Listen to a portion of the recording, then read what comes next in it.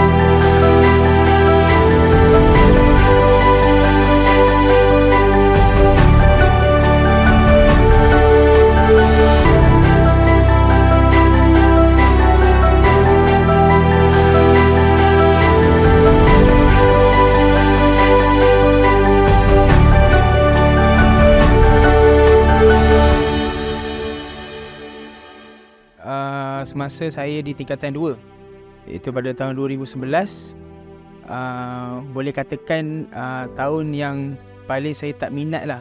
Sebab pada tahun tu saya kehilangan ayah. Bila dapat tahu ayah saya dah tak ada, dunia saya dah gelap, macam tak ada.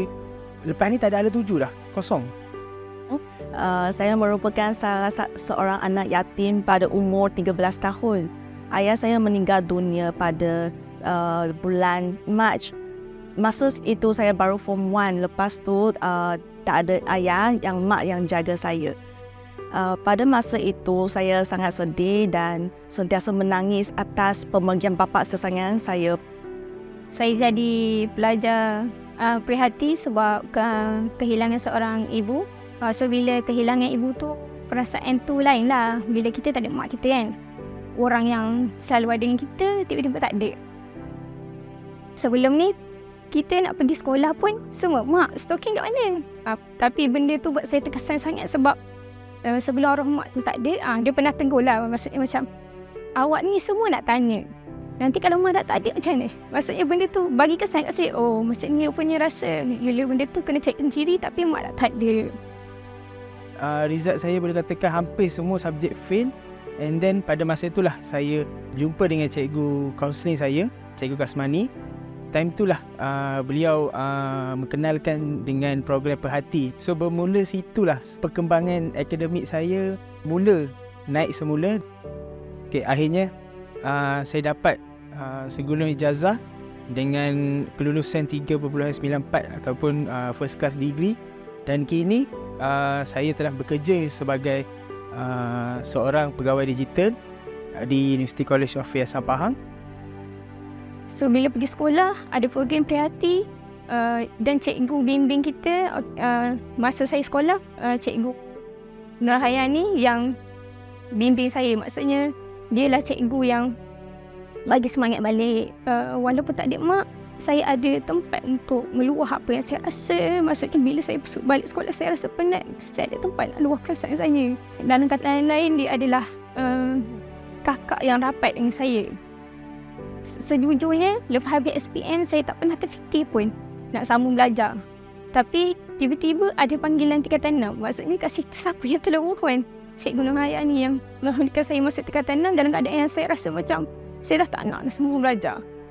Alhamdulillah grade saya pun agak tinggi, 3 something. Saya diterima untuk sambung degree dekat UM. Lepas tu terus masuk dalam bidang sekarang saya cuburi ni lah. Saya ingin mengucapkan ribuan terima kasih kepada Cikgu Kasmani dan cikgu-cikgu lain. Jasa cikgu kaunseling saya memang tidak pernah dilupa, sebab tanpa cikgu saya tak ada kat tempat ni.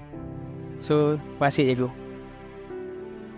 Kalau tak ada dia dulu, kalau saya rasa kalau dia tak gerakkan saya untuk masuk tingkatan 6 tu, saya tak rasa yang saya akan terus sampai sekarang. Memang saya sangat-sangat berterima kasih lah kat dia.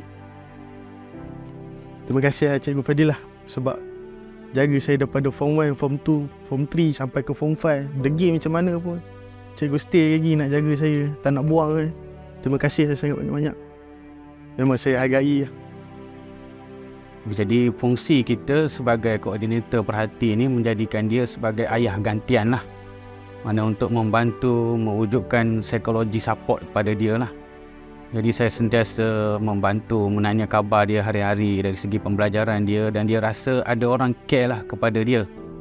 Jadi budak yang dah tak ada mak ayah ni, tidak ada siapa yang nak follow up tentang dia hari-hari. Jadi bila kita biarkan dia, dia akan rasa lost. Dia lari, dia mula buat masalah disiplin dan sebagainya. Jadi sebab itulah program Perhati ni banyak membantu pelajar yang beginilah. Jadi kita boleh nampaklah kesan dia, dia mula rasa selesa, dia pun dah tak rasa kekurangan dalam hidup dia lah. Program Perhati ini sangat istimewa. Program ini mempunyai KPI yang khusus untuk dicapai. Malah yang lebih istimewa, program Perhati ini merupakan program yang tidak ada kewujudannya di mana-mana negeri di seluruh Malaysia ini, kecuali di Pahang saja. Sementara Yang Amat Berhormat Datuk Seri Haji Wan Rosdi Wan Ismail menerajui kepimpinan kerajaan negeri sebagai Yang Amat Berhormat Menteri Besar Pahang. Program Perhati ini telah menerima sentuhan penambahbaikan dari semasa ke semasa. Jadi tidak heranlah sehingga pelaksanaannya 13 tahun sehingga tahun 2023 ini, seramai lebih dari 27,000 orang peserta telah melibatkan diri dalam program Perhati. Dari jumlah itu, 72% daripadanya telah berjaya menamatkan pengajian mereka di peringkat ijazah dan juga diploma dari pelbagai institusi pengajian tinggi awam dan juga swasta. Sesungguhnya, program Perhati ini yang berjaya mencapai KPI-nya tidak mungkin akan berlaku tanpa ada sokongan dan komitmen tanpa batas dari pihak-pihak yang terlibat. Dalam program Perhati, mereka ini ditangani oleh institusi yang dinamakan koordinator, iaitu guru-guru bimbingan dan kaunseling di sekolah-sekolah dalam negeri Pahang yang berganti ke tempat sebagai ibu ataupun bapa kepada anak-anak Perhati. Mereka lah tempat anak-anak Perhati ini menuntut dan berkongsi kasih sayang. Kita doakan semoga para koordinator kita ini dirahmati Allah setiap masa.